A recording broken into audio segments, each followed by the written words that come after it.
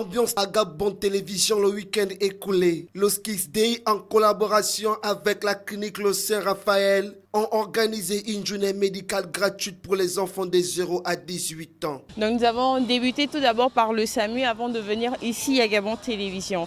Et ici à Gabon Télévision, il s'agit bien sûr d'une journée récréative avec des entités telles que la clinique Saint-Raphaël, que je remercie au passage parce que c'est la clinique Saint-Raphaël et d'autres cliniques qui ont accepté bien sûr de prendre le relais des consultations pour aujourd'hui. Le docteur Diane Tsoubou Bandinga, médecin pédiatre, donne plus de détails sur la clinique Le Saint-Raphaël.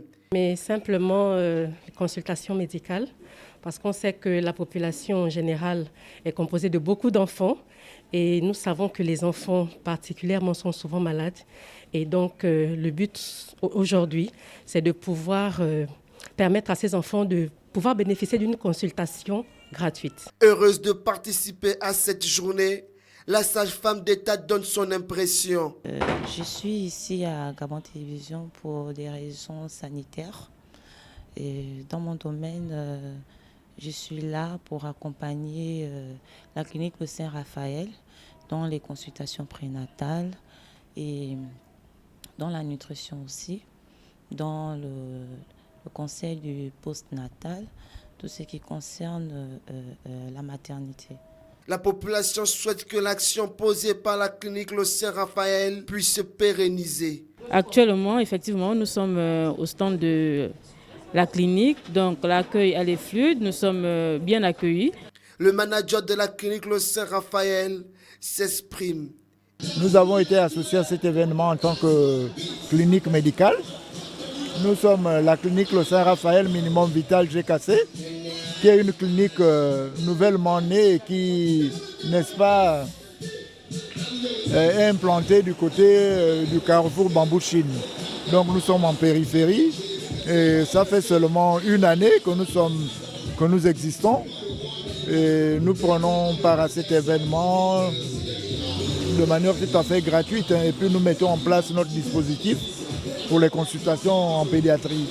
Les résultats du premier tour du baccalauréat connus le week-end écoulé avec un taux de 39,86%, les séries générales, techniques et professionnelles. Je suis admissible avec 9. Là, je me rends au lycée pour aller prendre ma convocation et faire le point de ce que les Français que je vais choisir. Mais pour le moment, ma joie, c'est sur ma mère parce qu'elle a fait 100% de tous ces enfants qui passaient l'examen.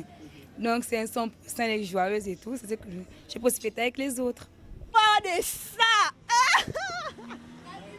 Qu'est-ce que tu comptes faire? Hein? Qu'est-ce que tu comptes faire? Ah! Après, on va chercher comment aller à l'université, chercher le travail et tout. Et comment tu t'es senti quand tu es arrivé? Oh, la joie, parce que j'étais d'abord stressée, je voulais déjà pleurer, les résultats ne voulaient plus sortir. Après, maintenant, quand on me dit, oh! Je me suis enroulée au sol. Vous l'avez fêté? Oui, oh, forcément. Qu'est-ce que tu souhaiterais que les parents te donnent? Oh, l'argent, ils ne vont pas me donner quoi, l'argent? Forcément, ils vont me donner l'argent. N'affiche pas le même taux. Ainsi, dans l'enseignement général, ce taux est de 35,80% contre 43,92% pour les séries techniques et professionnelles.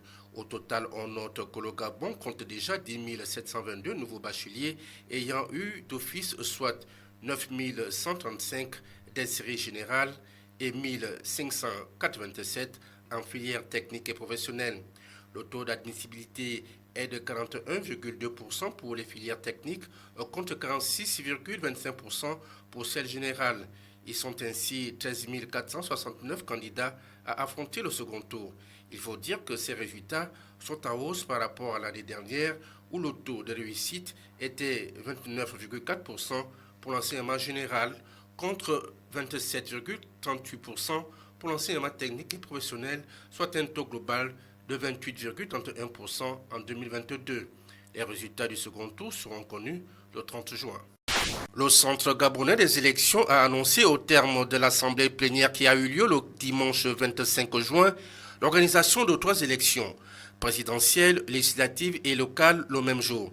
Le samedi 26 août prochain est la date qui a été arrêtée pour la convocation du collège électoral pour les 3 élections. Mardi 11 juillet 2023. à 18 h.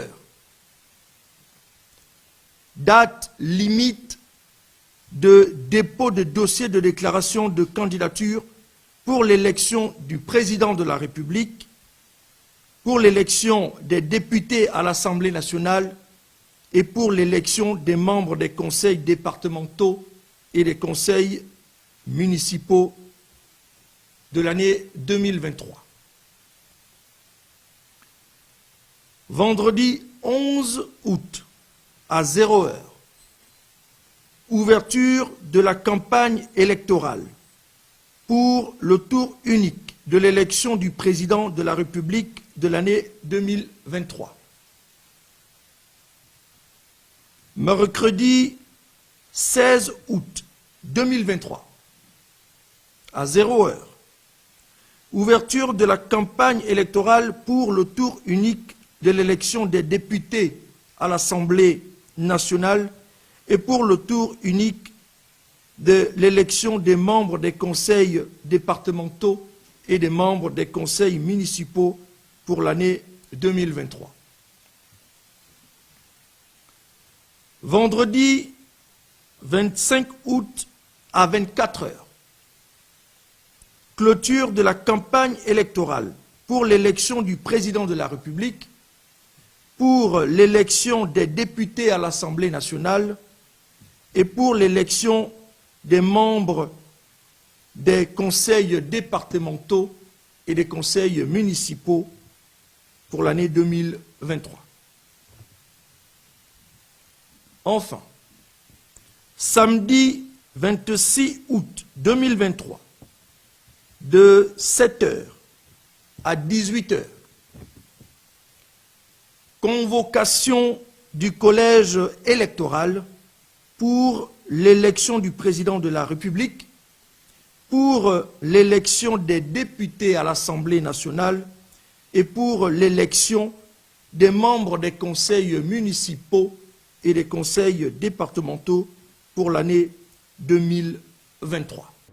En attendant que ce projet de calendrier soit validé par la Cour constitutionnelle et entériné par le ministère de l'Intérieur pour garantir sa mise en œuvre, des inquiétudes planent tout de même sur la capacité humaine, matérielle et financière dont dispose le Gabon pour parvenir à organiser 3 scrutins en une seule journée.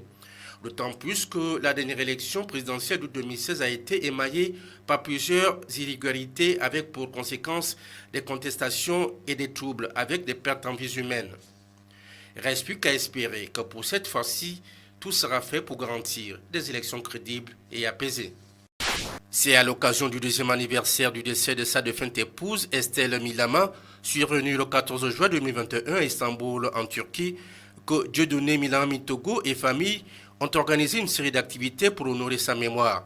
En première heure, une messe de requiem a été dite à l'église Saint-Jean, située à l'ancienne gare routière dans le 2e arrondissement de la commune de Libreville, suivi d'un don au centre régional de Mélène. Enfin, un match de gala entre l'équipe de Bel Air et celle de Pénoriti qui a vu la victoire de l'équipe de Bel Air. Ça fait 2 ans que mon épouse nous a quittés. Donc nous avons, avec les enfants, les amis et la famille, commémoré cet anniversaire de décès. Par un certain nombre d'activités. Nous avons commencé par des activités de recueillement, des activités religieuses. Et comme c'était une personne qui aimait la jeunesse et qui aimait les autres, aujourd'hui nous avons terminé à la remise des dons au niveau de l'hôpital de Mélène. Enfin, elle était la mère des enfants. Nous avons eu aujourd'hui un match de football avec beaucoup de symboles. Le match, c'est la finale du challenge entre Pénoriti, le quartier où mon épouse a grandi, et le quartier Bel Air où nous résidons. Donc voilà à peu près, nous avons voulu terminer avec cette manifestation en son honneur. Rendez-vous a été pris pour l'année prochaine. Le président de la République sénégalaise, Macky Sall, donne rendez-vous après la Tabaski prévue pour le 29 juin 2023 sur ses intentions concernant la présidentielle de décembre 2024. C'est avec impatience que les populations sénégalaises attendent cette déclaration qui occasionnera un boomerang au Sénégal. Je vais vous dire, Moi, personnellement, j'en ai marre. Et 95% des Gabonais aussi en ont marre. La vie chère, ça ne fait qu'augmenter. Parce qu'aujourd'hui, nous sommes à 4 doigts de banane, à 1000 francs. Hein? Maintenant, on ajoute un petit doigt dessus, 5 doigts, 2000. Le sucre, nous sommes un pays producteur de sucre. En ce moment, il n'y a rien.